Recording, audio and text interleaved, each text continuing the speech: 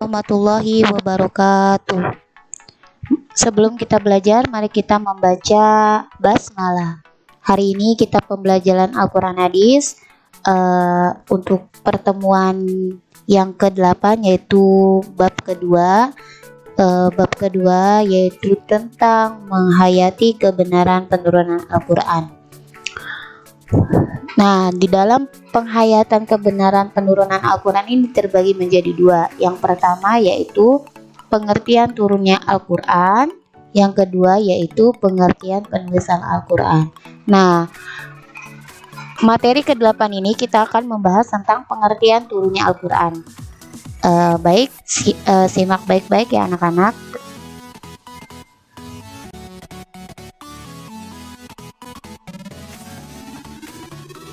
Pengertian turunnya Al-Quran. Secara majazi turunnya Al-Quran diartikan sebagai pemberitahuan dengan cara dan sarana yang dikehendaki Allah Subhanahu wa taala sehingga dapat diketahui oleh para malaikat di Lauhil Mahfuz.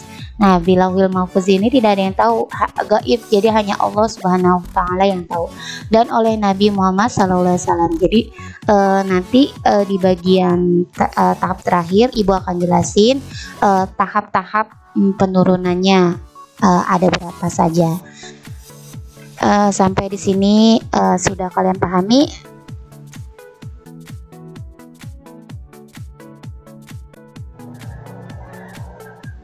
Adapun tentang kafiyatul Al-Quran itu diturunkan telah terjadi penyelesaian antara para ulama.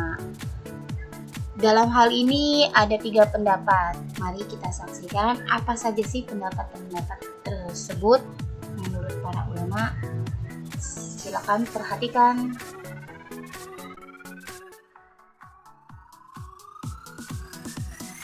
Oke, pendapat pertama, Al-Quran itu diturunkan ke langit dunia pada malam Al-Qadar atau biasa kita sebut Lailatul Qadar. Pendapat kedua yaitu menjelaskan Al-Quran itu diturunkan ke langit dunia dalam 20 kali Lailatul Qadar dalam 20 tahun atau 23 kali Lailatul Qadar dalam 23 atau 25 kali Lailatul Qadar dalam 20 tahun. Nah, pendapat ini hampir sama ke pendapat pendapat kedua ini hampir sama kepada pendapat yang pertama. Cuman bedanya kalau yang pendapat pertama tadi memperkuat dasarnya, ada dalilnya dan diperkuat oleh hadisnya. Tapi di pendapat kedua ini hanya menjelaskan penurunannya 20 tahun tadi kan bersama ya dari pendapat pertama atau 20 kali Lailatul Qadar. Nah, pendapat-pendapat ini hampir sama, semuanya itu menjelaskan bahwasanya Al-Quran itu diturunkan pada malam Lailatul Qadar. Nah, cuman perbedaan pendapat kedua di sini adalah pada tiap-tiap malam diturunkan ke langit dunia tersebut sekedar yang hendak diturunkan dalam tahun itu kepada Nabi SAW dengan cara berangsur-angsur. Jadi, menurut pendapat kedua ini di sini dijelaskan bahwasanya sekedarnya saja apa yang diinginkan Nabi baru diturunkan seperti itu. Nah, kalau yang pendapat pertama tadi jelas ya, dari dasar Al-Qur'annya, terus diperkuat oleh hadisnya. Jadi sangat singkat, sangat jelas gitu. Tapi kalau pendapat kedua ini dia berkata bahwasanya di mana kehendaknya Nabi baru Al-Quran itu diturunkan. Misalnya Nabi ingin menurunkan surat ini, Nabi ingin menurunkan ini. Pendapat yang kedua.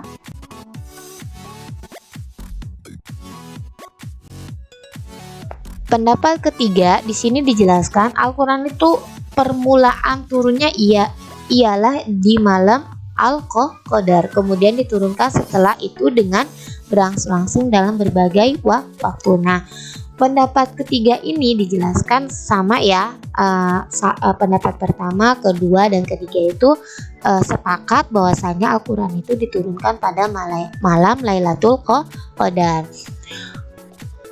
Nah, perbedaan pendapat ketiga ini itu sangat singkat. pada dasarnya sama, jadi berangsur-angsur itu bertahap-tahap, berbagai waktu, jadi dengan waktu-waktu yang ditentukan. Cuman di sini pendapat ketiga ini tidak dijelaskan kapan saja waktu-waktunya gitu. Jadi sama ya, pendapat yang ketiga itu 1-2 sama Lailatul Qadar. Kemudian diturunkan setelah berangsur-angsur, sama ya tadi pendapat pertama juga sama berangsur-angsur, pendapat kedua juga sama berangsur-angsur. Jadi di sini jelas ya, tiga berpendapat itu ada tiga poin yang sama, yaitu diturunkan kepada di malam Lailatul Qadar, lalu diturunkan secara berangsur-angsur. Yang ketiga yaitu berbagai waktu. Nah, tadi kan kalau yang pertama itu dijelaskan waktunya, ada yang 20 tahun tempo ya, lalu 25 tahun lagi. Nah, pendapat yang kedua, jadi poin yang ketiga ini waktunya itu hampir berbeda.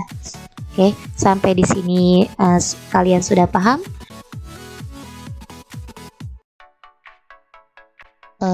Ada pula pendapat bahwa Al-Quran diturunkan 3 kali dalam 3 tingkat.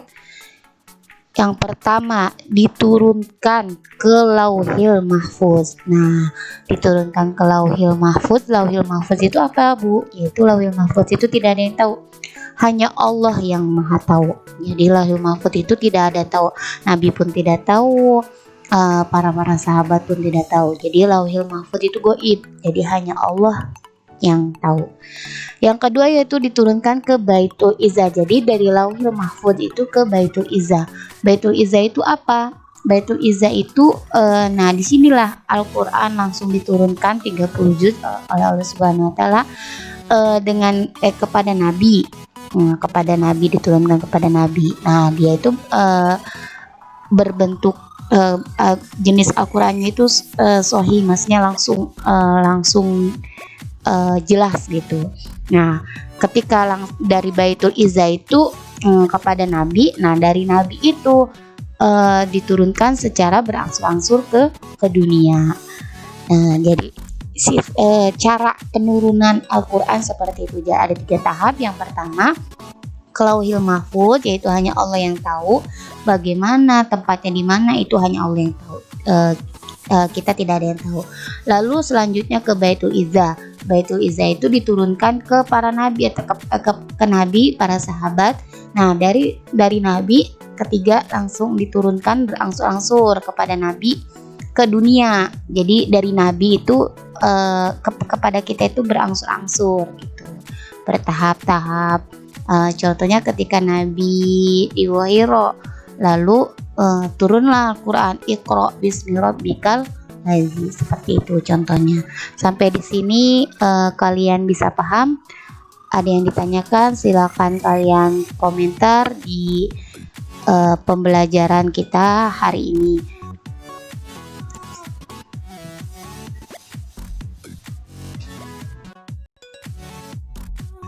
Hari ini selesai sampai di sini. Mari kita membaca Alhamdulillahirobbilalamin. Terima kasih kepada anak-anakku semuanya. Semoga pembelajaran hari ini kalian bisa masuk dan bermanfaat bagi kalian semua. Oke, ada sedikit motivasi untuk kalian. Orang bijak belajar ketika mereka bisa, orang bodoh belajar ketika mereka harus. Demikian, terima kasih. Wassalamualaikum warahmatullahi wabarakatuh.